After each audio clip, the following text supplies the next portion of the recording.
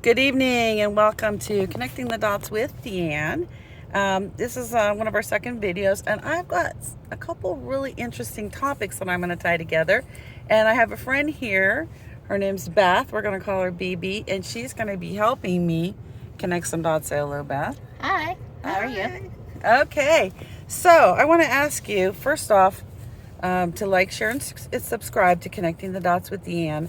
And then if you have any children, I would ask you to stop the video right now, and this is not going to be content that's appropriate for children, okay?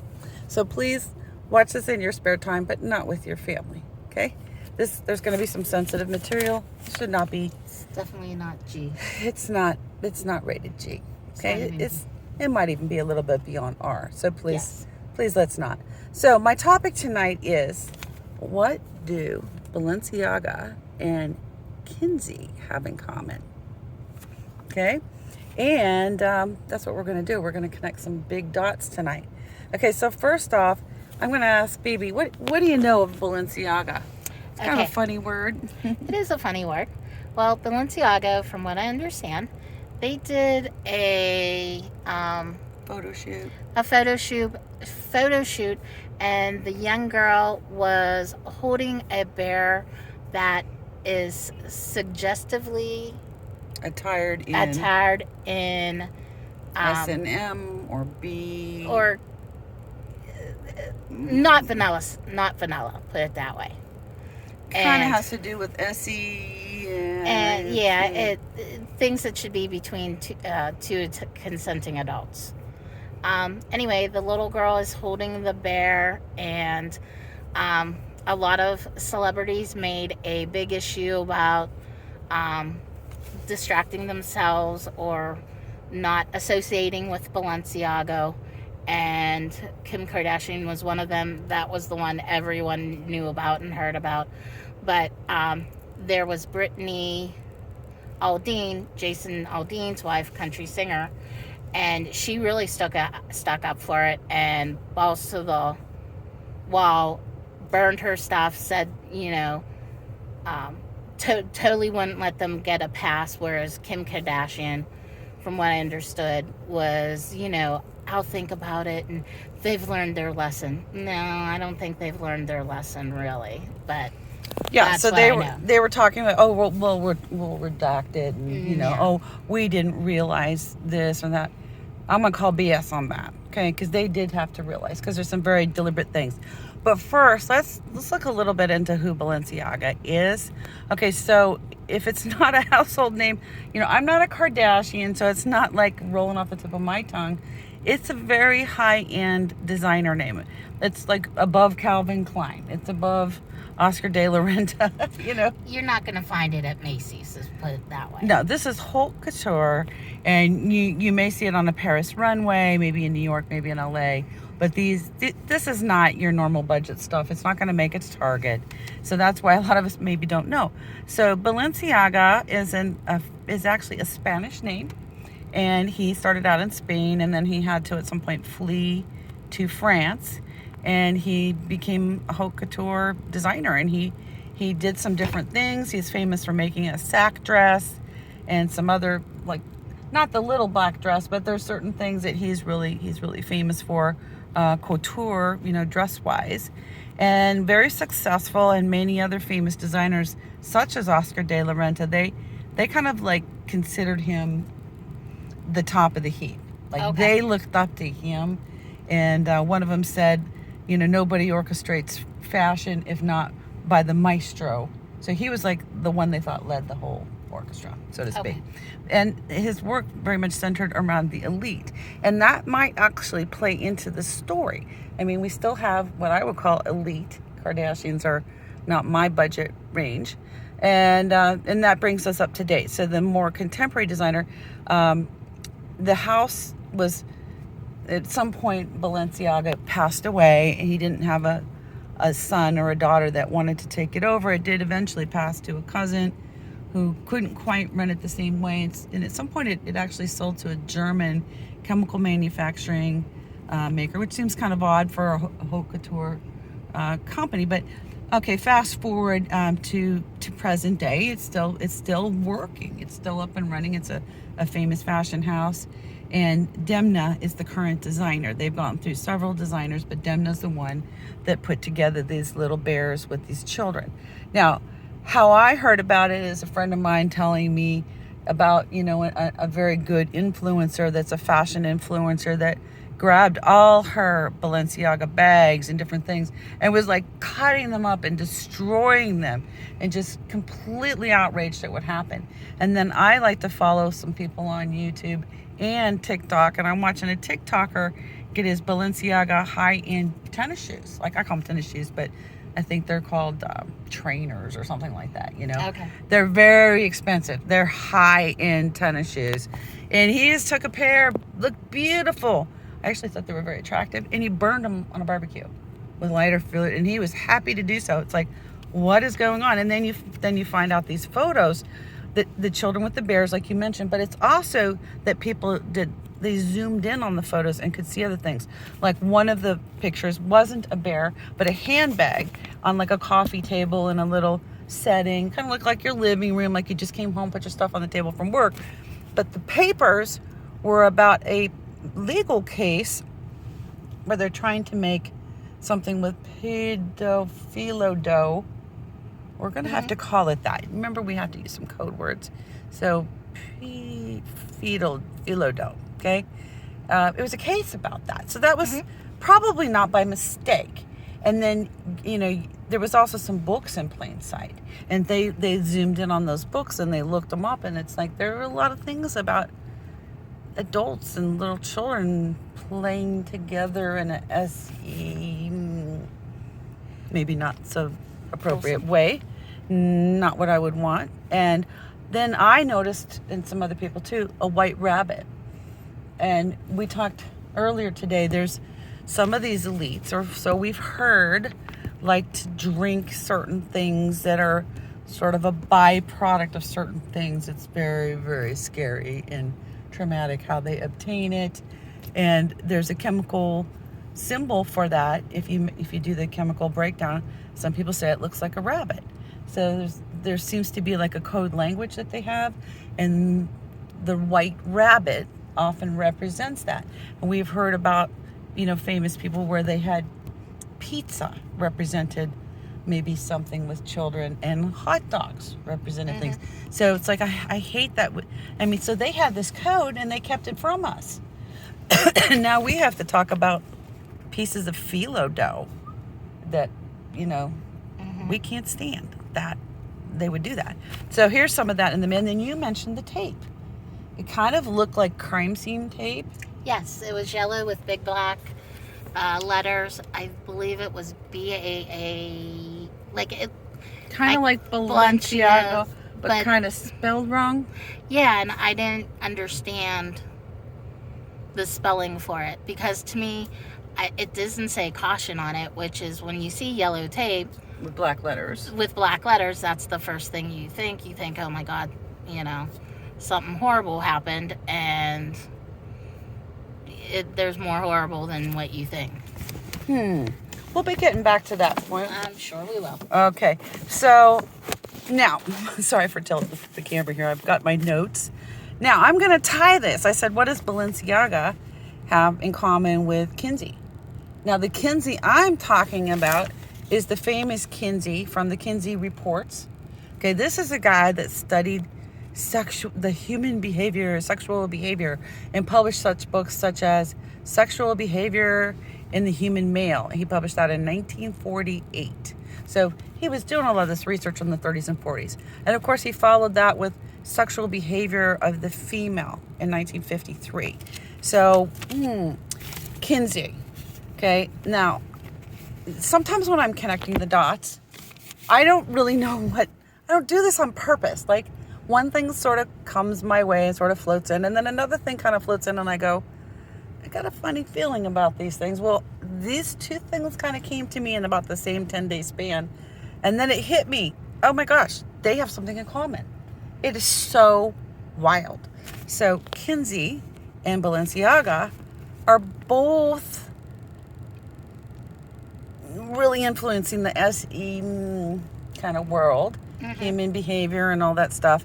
Okay, so then how I came back to thinking about Kinsey. I mean, obviously you've heard of the Kinsey report, and I mean they talk about young children, and you know it's influenced things like sex education in schools and different things. It's influenced people that took classes in college, doctors, teachers. You know, but you have to understand educational psychology, and it's mixed in all over the place. But deep in that literature, you have published things, have tables and drawings and diagrams and charts and tables. I'm saying tables again. There's a video that's out there, and I want you guys to watch it. It's called Table 34. Okay, the person that put out the copy that I saw was the creator on YouTube is Angus, Angus, and the name of the video is The Children of Table 34. In parentheses, it says full movie. That's the one I watched, and I want you to watch it too. So Kinsey was a zoologist, and then he decided he was going to study human sexuality. I don't know how he made that leap from animals to people, and we let him, but he became the reigning expert on all this. But deep in his literature is something called Table 34, and it's a chart. You could simply Google it. Oh. Just put in Table 34. Okay, so while she's doing that, you might be kind of shocked, but I really think that he influenced a lot. I think when we think about CRT going in the public schools, you have things like man, boy, play together, SE type of things. You have female, you have transgender. Some of these movements that they're wanting to push in the schools today. Just Table 34. I didn't have report in it. Oh. I put human sexuality. Put Table 34, human sexuality, and it might even be there. Look there it is right there. And then hit images. That's what I keep doing. Table 30. We're doing a Google search over here. Table 30. Oh, there it is, right there. Can we show just a tiny bit? Okay, so we found it. So this is. That's what I mean by a table. I don't know how clear that's going to be to read, but I'm going to try to describe this. So you have child subjects in this research. Like, we knew he did male, we knew he did female. I don't know how many of us knew that he did children. And not psychological, but the SE letter missing stuff. And if you look at that, the ages are from 5 months to 14 years old. 10 years. 10 years? Yeah. One of the columns says 14. Oh, yeah. Okay. I'm sorry. I did look at this briefly, and then I wanted to barf. So he's talking about like a 5-month-old baby and how many times that baby might have a certain event from being touched that starts with a big O in a matter of time. In my book, that's called something else. Okay, and that's why these pedophilias, philodos, normally I would want to see them prosecuted. So my concerns when I looked at this chart, that's what the table is called, Table 34. It gives you all that information. I want to know who performed this research. I think, who documented this? You know, there was said to be somebody there. And then, who were these children? Where are they today? Are they okay? Who consented? Even a 14-year-old cannot legally consent. Nobody on that list is of an age to consent. No. And some of them are toddler age. And it's saying things like they had X amount of O's in 68 minutes. And some of them it's in a number of hours. It's like, so someone is sitting there like manipulating that child for that long. It makes me want to throw up. It's the saddest thing. And then I want to know, why didn't somebody prosecute him for this? Now, fortunate for the man, he's dead. He's not on this planet. But it's very disturbing to me. The problem is, this is the basis of a lot of these college educations that I mentioned. I mean, and there's a lot of other books, and there's people that were like proteges of his. One of the women that was, I mean, some of these people that were like surrounding him and part of this research and stuff, did they think this is okay? I mean, one of the women went off and founded Planned Parenthood. Margaret Sanger. Yes. Who most people don't realize what Planned Parenthood was in regards to is she was actually one of those people who you would call now a racist. She encouraged I can't even I know they put a lot of their clinics in underprivileged neighborhoods. Right, and that's the people that she was set out to rid the world of. But they disguised it by making you think that it was a woman having a right to choose. Exactly. And that comes from the psychobabble in these books. And like one of the things, and this is going down another rabbit hole, is that thing, like, they think that it's helping the woman out, but it's not. A lot of people have grief, regret, are counseling for one thing or another. Or they may be doing escaping type behaviors too. Yeah, there's just a lot that Margaret Sanger is not as good as you think she is. So, but that's from what I understand. So, well, I mean, she's whole nother. And that's how I'm seeing Kinsey. That's a whole nother deep dive. Yeah. But please do watch that movie. Like I've given you that connection. So, I mean, it's just kind of like when you look at rock and roll. You have certain people that influenced, like there was gospel music, and then it went to Motown. Then we have Elvis. Then we have, eventually we make it up to Rush, and we go into all different kinds of things. But there's certain elements that started it all, and rhythms, and chord structures and things that we still use today. And that's what we have here. And that's why my question at the beginning in my mind was, how did we get here? How do we get a Balenciaga photographing little kids in teddy bears that are very compromised? It's like getting cooked. Like, do you know how to cook a frog? Yes, you put them in the room temperature water. You just make it a little comfortable, and slowly, ever so slowly, you increase the flame, and it gets hotter and hotter until you're cooked. We're almost cooked, folks. That's how I felt when I saw those Balenciaga pictures. And that's how I felt when I looked back on Kinsey. And I think those two things are connected. Mm. They're two big bombs. And then, another video I saw was an attorney. And he said, if you'd have caught me 3 years ago, 5 years ago, 10 years ago, I wouldn't have believed it was true. He said, but there's people out there trying to legislate laws, create new laws that make philo acceptable and legal, and so there's certain people just that have this aptitude and they want to make it validated, and I am not interested in validating that for them, and I don't want my children around them. So I was going to go into a little bit about what you saw on that yellow tape. Another video. I am paraphrasing from some other truthers or content creators, but one of them did a little search, and I was able to duplicate it in Google.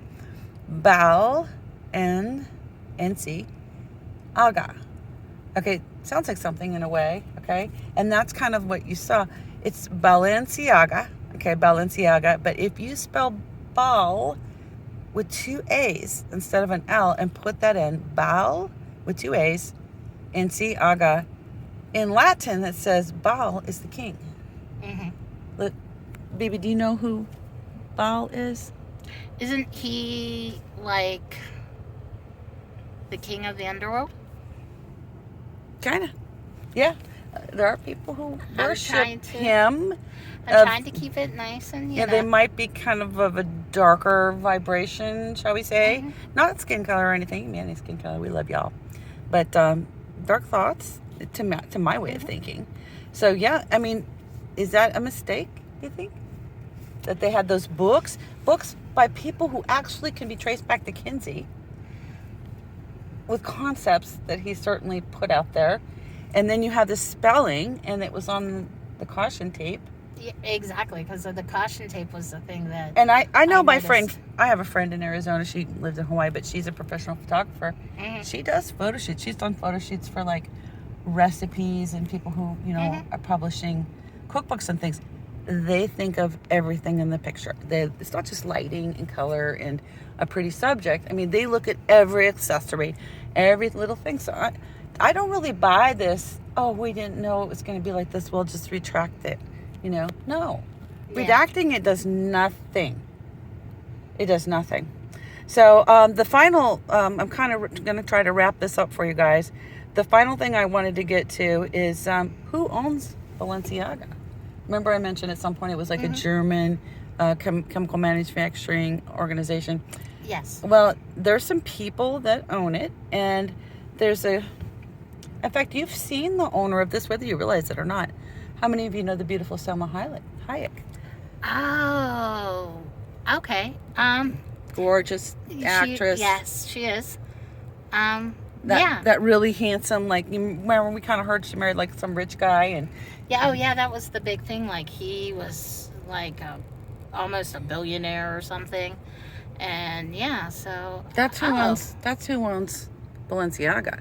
I did not know that. There it is, right in plain sight. So you know that Selma Hayek has a rich dude that she married, but you don't know how he got rich. Yeah. Okay, so in case we're wondering if there was some sort of mistake with these little teddy bears. Nothing is a mistake. Okay, I think you're right, baby. Nothing's a mistake. So in case you were thinking that, you need to see what else his companies have put out. Okay, they have mannequin type toys, like very realistic, little people shaped, okay, but with looks like an appendage that's sticking out that should be in another part of a man's body. What? Like, I can't even. Okay, so like, I'm sorry. I know I can't wrap my head around the first one. It looks like something that would. Yeah, I know what you're trying to say. Be down there, but it's. And then some of them look like this. Okay. And they're like little people mannequins. Okay. That they sell. Okay, so. I know. This is hard to take. So I want you to watch this movie. The content creator, it's on YouTube. Her name is, her channel is called I Am Courtney Michelle. Just normal spelling of Courtney, normal spelling of Michelle. It's a long title, okay? It's called Disturbing Photos of What's Being Sold by the CEO of Balenciaga's parent company. That's the title. It's a very interesting video. And this is who Selma Hayek's married to, okay? Beautiful lady. Kind of questioning what's going on the inside there. That's not so beautiful to me. So that title again, Disturbing Photos of What is Being Sold by the CEO of Balenciaga's parent company. You got to see it. Table 34, this one, you got to see it. So we talked about the Latin derivatives of Balenciaga. I don't want to end on that note. This has been some heavy stuff. I want to give you something positive, something you can put to use right away. I do really think that looking into the Latin basis of words is important. So the important one I'm going to bring to you this week is the I am. So, I am that I am that I am. If you look it up, the initial definition says the sum of all ego. Okay? Yeah. That's my ego. That's who I am. I am who I am. Okay? It's all of me. Okay? It's pretty encompassing when I say I am. But did you know there's another meaning to I am? I was thinking of Popeye. I am what I am, and I am. I am that I am. That's where I'm getting it from. Yeah. I was trying to. I knew that was familiar from somewhere. Yeah. Okay, so another meaning is come to pass. Okay. So if we take a sentence with I am in it, like I am sick, And we put that definition, and it's like saying sickness will come to pass. Okay. So when you say things, your body receives them. And your body isn't as smart as you are in a certain sense. It's like subconscious body just kind of does what you say. Okay, yes, ma'am. Sickness, I am. Sickness comes to pass. It's going to make sure you stay sick. It's kind of like when you, when someone says to you, oh, you're not really looking too good. You're looking a little, as my family would say, you're looking a little green around the gills. And you're thinking like, nah, I feel fine. And the next person comes up and is like, hey, you're not really looking so good. Your eyes are a little puffy. And you're like, really? Before you know it. Before you know it, you got yourself a cold. You've convinced you've got a cold, and you're in the bed sick with a cold. And you did it to yourself. Exactly. Maybe you weren't even sick. Exactly, but all of a sudden you become this sick little person who's... So think about that. Okay, so if you're walking around saying, oh, I'm sick.